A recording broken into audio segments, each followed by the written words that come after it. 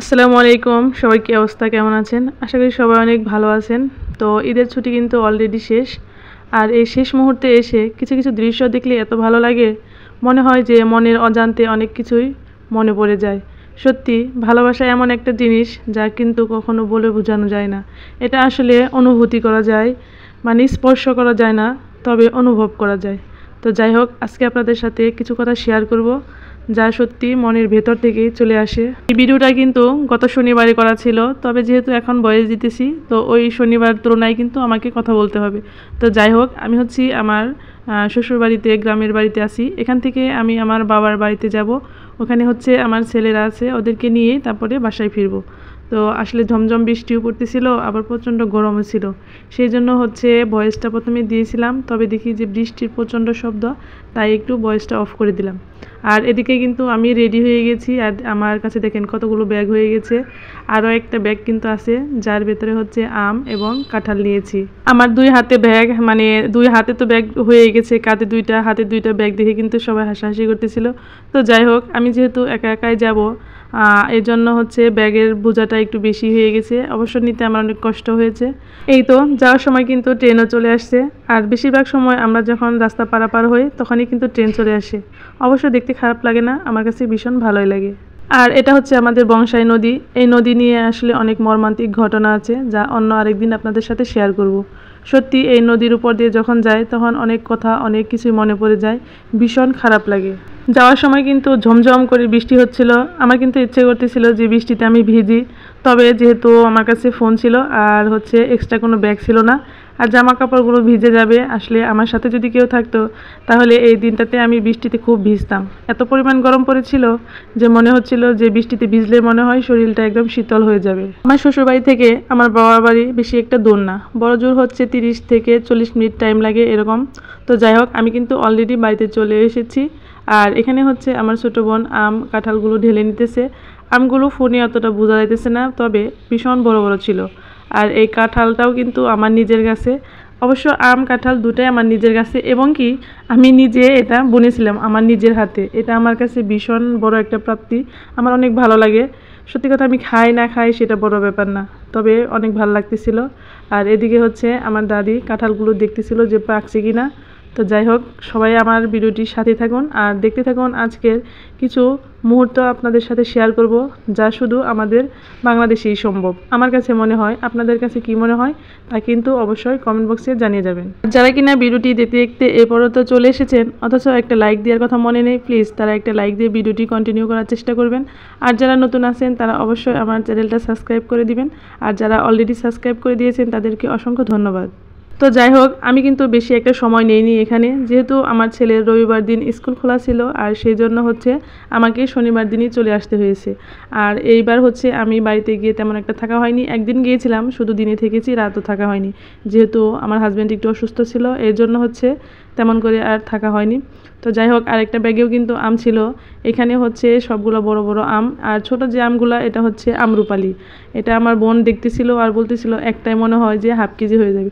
সত্যি হাতের মুঠিটা একদম ভরে যায় আমে। খাবো আর কি, দেখে মানে মনের একটা শান্তি লাগে। আর আপনারা যারা যারা আম খেতে চান তারা কিন্তু চলে আসতে পারেন, এতে কিন্তু কোনো বাধা নেই। তো যাই হোক, আমি কিন্তু বাসার উদ্দেশ্যে অলরেডি রওনা হয়ে গেছি। আর আকাশের অবস্থা যেহেতু ভালো ছিল না, তাই ভাবলাম যে একটু তাড়াহুড়া করে চলে যায়, যাতে করে রাত না হয়। আসলে রাত করে তো বাচ্চা কাচ্চা নিয়ে যাওয়াটা খুব একটা সমস্যা হয়ে যায়। তো একটু ঝমঝমা রোদও ছিল, বৃষ্টিও ছিল, সব মিলিয়ে একটু অন্যরকম পরিবেশ ছিল। এখন যে ভয়েসটা দিচ্ছি এর 50% কিন্তু আমাকে চিন্তা ভাবনা করে তারপরে দিতে হচ্ছে, বাকিটা হয়তো আমার নিজের ভিতর থেকে আসতেছে, তবে 50%ই কিন্তু আমাকে তৈরি করতে হয়েছে। তবে আমি এই স্থানে যখন ছিলাম, যখন এই রাস্তা দিয়ে যাচ্ছিলাম, ঠিক তখন আমার ভিতরে যে কি একটা অনুভূতি হচ্ছিল সেটা যদি বোঝাতে পারতাম, তাহলে এটা আপাতত বোঝাতে পারতাম যে মানুষের প্রতি কতটুকু টান, মহব্বত, ভালোবাসা। ঠিক এতটুকু মায়া মহব্বত থাকলে মানুষ এতটা কষ্ট করতে পারে। এই দিনটাতে এত পরিমাণ রোদ ছিল আর অসহ্য গরম ছিল, যা সহ্য করার মতো না। তবুও প্রতিটি মানুষের হাতে হাতে ছিল ভারী ভারী ব্যাগ, যা কিনা এক অসহ্যকর ভারী। আমার কাছেও ছিল, যেহেতু আমার কাছে ছিল, এজন্য আমিও বুঝতে পেরেছি যে এই রাস্তাটা হেঁটে যেতে কতটা কষ্ট হয়েছে। যত কষ্টই হোক না কেন সবার লক্ষ্য কিন্তু ছিল ঈদের মধ্যে সবার সাথে ঈদ করা, আনন্দ করা, আপনজনের কাছে যাওয়া, আপনজনের সাথে একসাথে কিছুটা সময় কাটানো। এই ক্লান্তি, এই ভালোবাসা সত্যি একমাত্র বাংলাদেশেই সম্ভব। আমার চোখে দেখা এরকম দৃশ্য আমি বাংলাদেশ ছাড়া আর কখনো কোনো উৎসবে দেখিনি। তবে আপনারা দেখেছেন কিনা অবশ্যই কমেন্ট করে জানাবেন। সবথেকে বেশি খারাপ লাগে যখন প্রবাসীদের কথা মনে পড়ে। যেহেতু আমার হাজব্যান্ড প্রবাসী ছিল একটা সময়, তখনকার কথা মনে হলে ভীষণ খারাপ লাগে। যে তখন থেকেই মনে হয় যে আমার বিয়ের পর থেকে মনে হয় আমার ঈদটা একটু অন্যরকম হয়ে গেছে, আর এখন তো মানে অনেকটাই অন্যরকম হয়ে গেছে। সত্যি প্রবাসে যারা থাকে সত্যি তাদের একদম অন্তরের অন্তঃস্থল থেকে অনেক অনেক শ্রদ্ধা ও ভালোবাসা, যে তারা কি করে এই মানে কষ্টটা যে সহ্য করে সেটা বলে বোঝানোর মতো না। আমরা যারা দেশে থাকি, দেশের এই প্রান্ত থেকে সেই প্রান্ত পর্যন্ত যত কষ্টই হোক না কেন ইচ্ছে করলে কিন্তু পৌঁছাতে পারি। তবে যারা প্রবাসে থাকে তারা কিন্তু এটা চেষ্টা করলেও পারে না, যতক্ষণ কিনা তাদের একদম সঠিক সময় হয় আসার তখনই আসতে পারে। তো যাই হোক, আবারও বলি, প্রবাসীদেরকে কখনো কেউ ছোট করে কথা বলবেন না, হেয় করে কথা বলবেন না। বিশেষ করে শুধু যারা শ্রমিক ভাইরা আছে তারা না, যারা কিনা আমার আপুরা ভাইয়ারা থাকে এদেরও কিন্তু ভীষণ কষ্ট, একাকিত্ব। আমার কাছে মনে হয় তারা একাকিত্ব জীবনযাপন করে। যদিও মানে দু একজন আত্মীয় স্বজন আছে, তারপরেও একবার চিন্তা করে দেখবেন এই জন্মভূমি ছেড়ে অন্য আর একটা দেশে থাকা, এটা যে আসলে কতটা কষ্টের একমাত্র যে থাকে সেই জানে। হয়তো বা কারো জীবিকার জন্য, হয়তো বা কারো ফ্যামিলির জন্য, বিভিন্ন প্রয়োজনে বিভিন্ন জনকে কিন্তু যেতে হয়, থাকতে হয়। এটাই আমাদের জীবন। আমি যতদিন ধরে এই ঈদের যে ব্যস্ততা, যতদিন ধরে আমার বুদ্ধি হয়েছে, ঠিক ততদিন ধরে আমি উপলব্ধি করতে পারি এই ভালোবাসার ছোঁয়া। যদিও সেরকম করে বোঝাতে পারতেছি না, তবু আমার কাছে মনে হচ্ছে একটা মানুষের কতটুকু মায়া মহব্বত ভালোবাসা থাকলে ঠিক এই কষ্টগুলো করা যায়। দেখুন তো, দুজন দুজনের হাত ধরে এই রোদের মধ্যে কি মিষ্টি মিষ্টি পায়ে হাঁটতেছে, মনে হচ্ছে যে এই রোদ এই গরম কোনো কিছুই যেন আর গায়ে লাগতেছে না। আর এই যে ভারী বোঝাটা টেনে নিচ্ছে, আমার ইচ্ছে করতেছিল আমি তাকে হেল্প করি, তবে আমার কাছে যেহেতু ব্যাগ ছিল, অনেক কষ্ট করে আমি ভিডিও করেছি শুধু আপনাদের সাথে একটু শেয়ার করার জন্য। এই বস্তার ভেতরে ছিল পেঁয়াজ, আলু আর হচ্ছে রসুন, হয়তো কিছু টাকার বিনিময়, তবে এখানে আছে মায়ের, বাবার বা ভাই বোনের ভালোবাসার ছোঁয়া।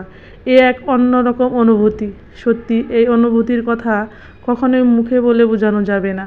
আর সবথেকে বড় কথা হচ্ছে মায়ের হাতের বা পরিবারের কারো ভালোবাসার এই ছোট্ট ছোট্ট ভালোবাসাগুলো না জীবনে অনেক বড় প্রাপ্তি।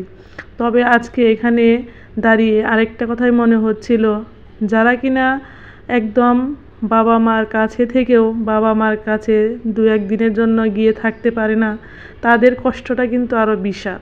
যারা দূরে থাকে তাদের হয়তো মনে হয় যে যেতে পারিলে দূরে থাকি, বাট যারা কাছে থাকে তারাও কিন্তু অনেক সমস্যার কারণে যেতে পারে না।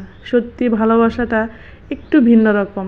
কেউ হাজার মাইল পাড়ি করতেছে এই ভালোবাসার টানে, আবার কেউ খুব কাছে থেকেও পাচ্ছে না বাবা মায়ের ভালোবাসা।